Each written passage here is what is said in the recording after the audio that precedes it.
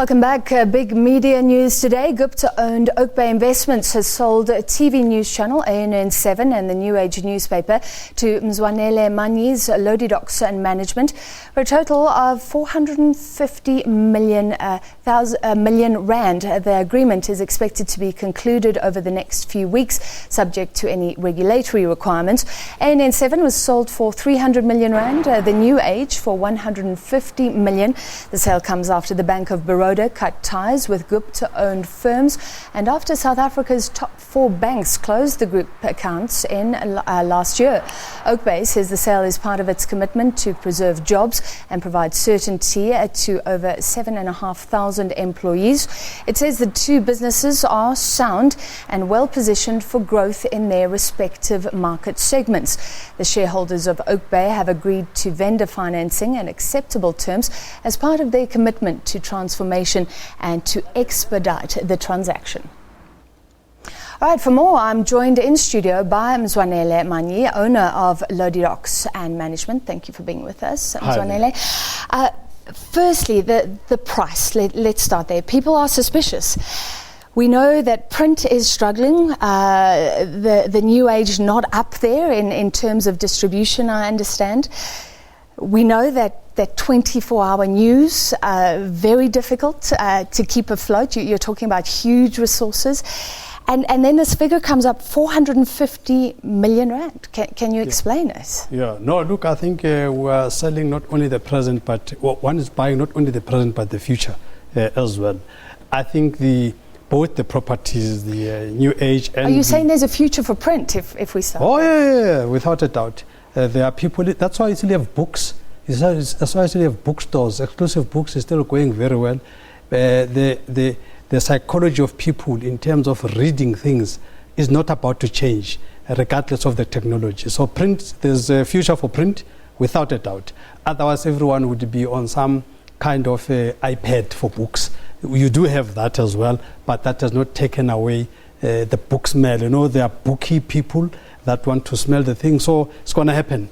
And also shelf life, and there's a whole lot of psychology that has got to do with hard copies. So that is not about to disappear.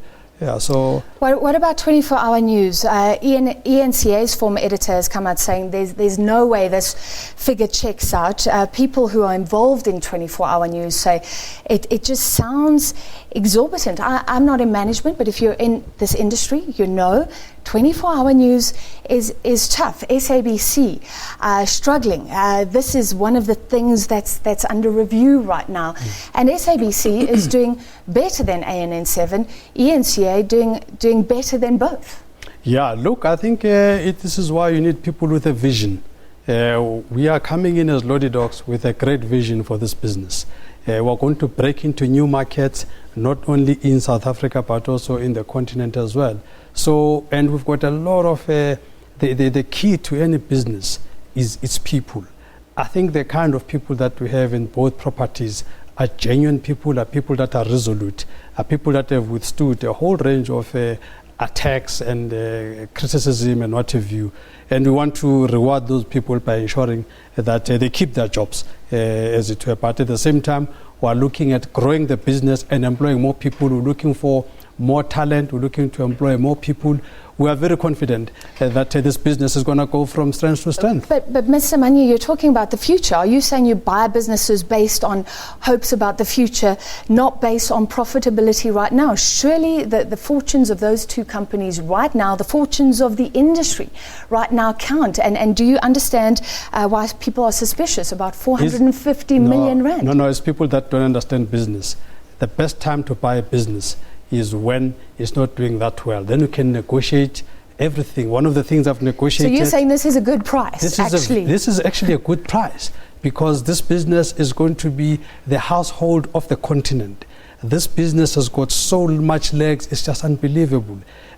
You are going to resign from SABC yourself, Francis, and come and want to join ANN7 very soon. Okay. This is going to be the place where everyone is going to want to be. We're going to get the best technology in the world to make sure that the fourth industrial revolution on media is actually happening right there on that table. So indeed, new thinking, out of the box thinking. All of that is going to be happening there. Mr. Manyi, right now, a lot of journalists would say they would not like to be associated with this brand that has become very controversial. It's been called a Gupta propaganda machine. It is seen, at the very least, as highly, highly subjective. So you're saying those organizations are going to become a powerhouse? What is going to happen? You know, I'm making a public invitation to a whole range of people. I'm inviting Rupert. Journalists want to be seen as objective, as fair. Listen to me. I'm inviting Rupert himself to come and be on the station to have his side of the story. You name them. I'm inviting them to be in there. This station is going to be the epitome of what media should be. It's going to be the epitome of what the press code has always been asking for. This media group is going to ensure that the issue of people having to write all kinds of on-record corrections and stuff like that is a thing of the past. Ethics, credibility, and integrity is going to be second nature in this group. Are you a Gupta family supporter? Would you say that? I am a supporter of the Constitution of South Africa, and the Constitution of South Africa is very clear that issues of guilt and whatever, it's very clear that people must be presumed innocent until proven guilty.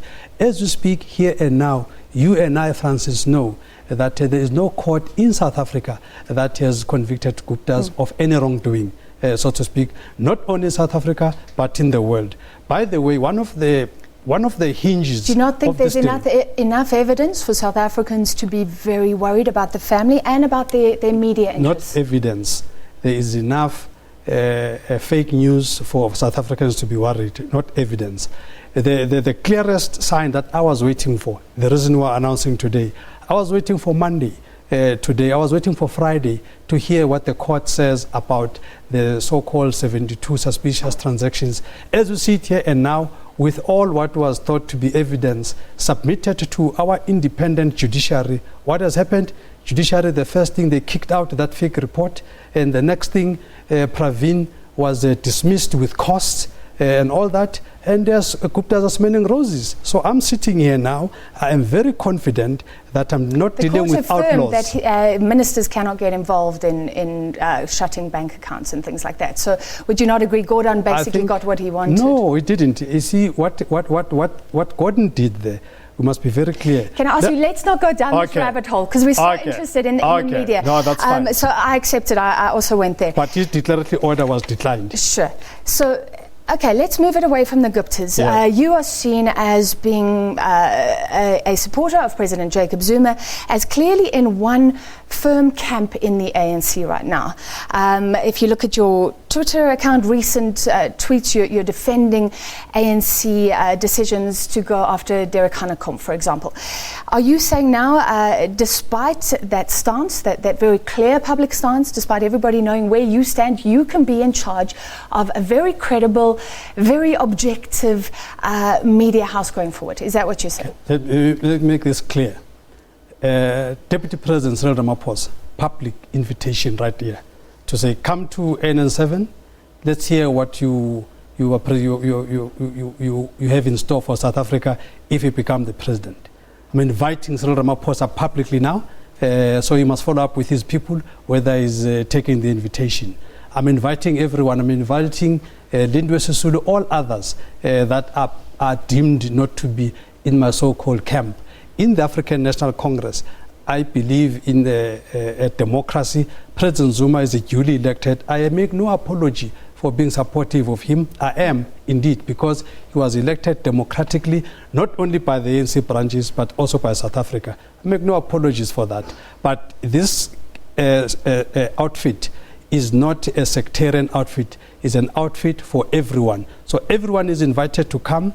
I have no faction. that I'm supporting in terms of this business. This is a business that must serve the total interest of South Africans. So everyone is invited. Okay, so that's something that will play out in the future. Yeah. Right now, the price is an issue. If we can go back, this is a vendor financing agreement, Yes. which means that the Guptas, in fact, will give you the money to buy both these organizations. word Can you give. confirm? The word give is incorrect. They will loan. Okay. Fundamental difference. I sit here now. I'm the poorest Are you man. good for 450 million rand, and how will you pay that back? Yes. So, in fact, I'm hoping to pay it within 5 years. By the way, that's a commitment I've made to them. Within 5 years, I should have paid this thing back. By the way, this did not come easy from my side. I have tried to borrow money from IDC. This must be on record. For 300 million to buy into a business in a listed entity. They threw me backwards and forwards for 18 months. They keep saying, bring audited financials, and then they don't make a decision, and by that time the financials are stale, then you have to bring other numbers. We did that run around. 18 months later, I had to abandon the business. So it was my strategy to say, I must get vendor financing. If people are committed to transformation, if people are committed to a transformed media diversity in South Africa, then people must put their money where their mouths are. So I say to the Guptas, I want to do this deal. I want all this property. I want everything. The only leeway I give is management, because I wanted commitment to management. So only 10% goes to management. The rest I own, so that I can give it my own flavor. People are concerned that the Guptas are financing this deal. You are saying you will pay back. Right now, they're financing the deal. Are they not going to be involved still? You are seen to be close to the family. Save SA saying this is fronting. What do you say to that? Fronting is a crime. You see, this is, there you go again with South Africans. You see, fronting is a crime. Punishable, 10 years in jail. I've been very involved with the drafting of the BE codes and the rules and regulations around that. So why would I be the first one to go and commit a crime? So if somebody is saying I'm fronting, that person is accusing me of committing a criminal offense. And these days, I do not take accusations lightly. People making stupid accusations like that, I'll take them to court. So you're saying that the Guptas will not be involved. You're going to be your own man when it comes to editorial policy, when it comes to managing these companies. I'm the owner. I'm not the editor. So I'm looking at business development. Correct. Management, the management is going to run with this thing. I'm not going to be micromanaging people, but I'll be growing the business. I'll be going around. I'll knock on doors. I'm going to come to government and knock and say, government, here's a black-owned entity support. I'll go to business and say, here's a black-owned entity support. I'll go across to the continent and say, here's a black initiative continent support. So my role is going to be an active shareholder in terms of business development. So I'll be knocking on doors everywhere, even in business. Business in South Africa has said that it's committed to transformation. Business must put its money where its mouth is.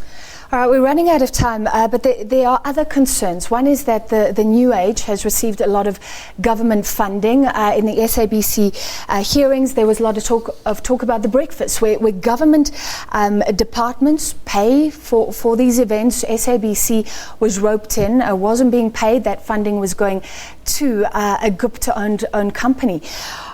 Is this going to be a tool to capture government ad spending in the future? There must be no apologies that government must support this venture.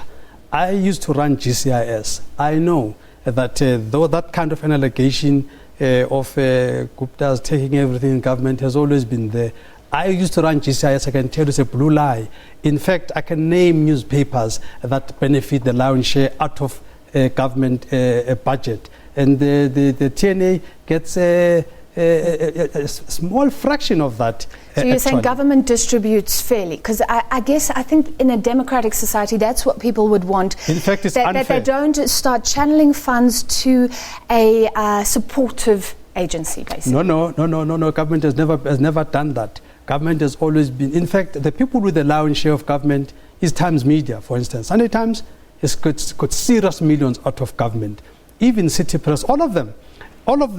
Actually, newspaper by newspaper, media by media, they get a lot more than that stable is getting, the Gupta stable, if you want to call it that. So this notion that it's every money is channeled there is a blue lie. There's no such a thing. But I'm looking for an increase in that unapologetically. This entity is transformed, is black-owned, more black-owned than any other, by the way. This is the media house that is owned not only by black, but by an African in particular. So I'm looking for government unapologetically to support this venture. This is radical economic transformation. This is an example of media ownership transformation. So government must support. Final question. For people who are saying that the numbers don't add up, that there's something very fishy about this, would you be willing to give them the figures, to show your repayment plans, to show your future projections? Will you be open and play open cards in future about advertising revenue, etc.? You know what you're reminding me? There used to be a speak in the township to say, when you see, as jy sien 'n swart man met 'n groot kar, wat sien jy? And the answer is, jy sien 'n dief. This is the unfortunate thing in South Africa, that when you're a black person, you have to I'm being unfair. Yes, you're being unfair. A black person has always to be treated. Let me make the point. The concerns of editors. Let me respond to the concerns. A lot of black people involved in media, etc. Let me respond to the concerns. It is unfortunate in South Africa that when a black person does everything, he has to be treated with suspicion. And this is a kind of transformation and decolonization that we must rid ourselves of. It cannot be that when a white person, a young white chap driving a Maserati at 25 is all normal. But a 54-year-old man that must buy a Maserati, all of a sudden is a problem. Cannot have that. That is a colonized mind. That is a mind it's about that you, is Mr. Manyi. It's about the poor fortunes of media houses at the moment. People are struggling, so that's why they're questioning the figure. And they must up their game. They must up their game. I think it's a value proposition. The amount of corrections that media has to do all the time with wrong facts and so on, and stories that are not credible, that's why they're not doing well. This media house is going to be where the truth lies, is going to be where everything is business news that are not spiced up with a lot of lies. That's where you're going to find them at ANN7 and the New Age. What's happening in the political front, we're going to have serious intelligence about things that are happening. So the place to be is ANN7 and the New Age. The others must close shop. All right, thank you very much for your time this afternoon, Mzwanele Manyi. If that regulatory process goes through, the new owner of the New Age and ANN7. We take a short break. We'll be back with you shortly.